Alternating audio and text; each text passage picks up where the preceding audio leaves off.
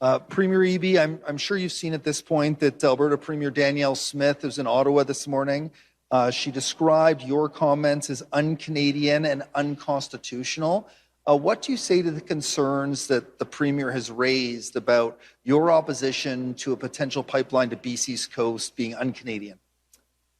Well, I think the big challenge here, and the challenge that I face as BC Premier, is British Columbia is poised to lead Canada into the new economy that we're all understanding is so crucial to create, one in which we're less dependent on the United States, one in which we're accessing world markets, one in which we're standing on our own 2 feet as a country. British Columbia is advancing more than $40 billion worth of projects, real projects with proponents, with financing that are reaching final investment decision. They're going to employ people, not just in every corner of British Columbia, but employ Canadians from across Canada. And 50,000 people helped to build LNG Canada Phase 1.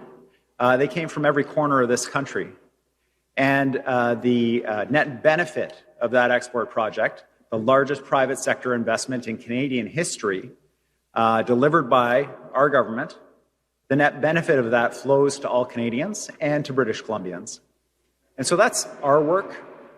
And a significant piece of the BC economy, a significant aspect of the social license we have to deliver major projects like that and projects that are coming is the support of communities up and down our amazing coast here in British Columbia. And so if you want to put that goodwill at risk, if you want to threaten these projects and say, we know that your goodwill and your support is dependent on a tanker ban, that the fishing grounds that you count on, the tourism you count on, the lifestyle that you enjoy as a coastal community member, that it's protected by the tanker ban. If we want to say we're going to get rid of that tanker ban and we're going to go after your way of life, let's at least make sure that the conversation is about a real project.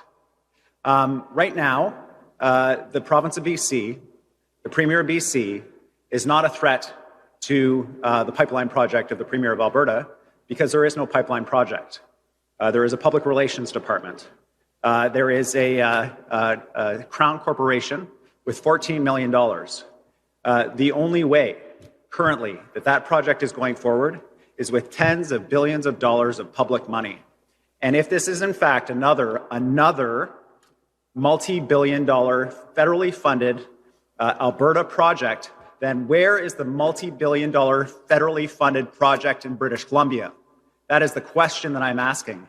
And what is the opportunity cost of a multi-billion-dollar taxpayer-funded Alberta project compared to what we can deliver here in BC, what we can deliver in Manitoba, Saskatchewan, Ontario, Quebec, the Maritimes, Newfoundland, the Territories?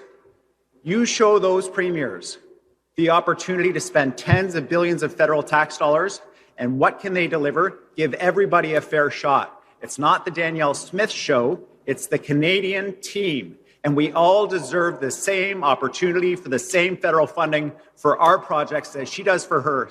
That's not un-Canadian, that is fair, and there is nothing more Canadian than fairness. That is a core national value.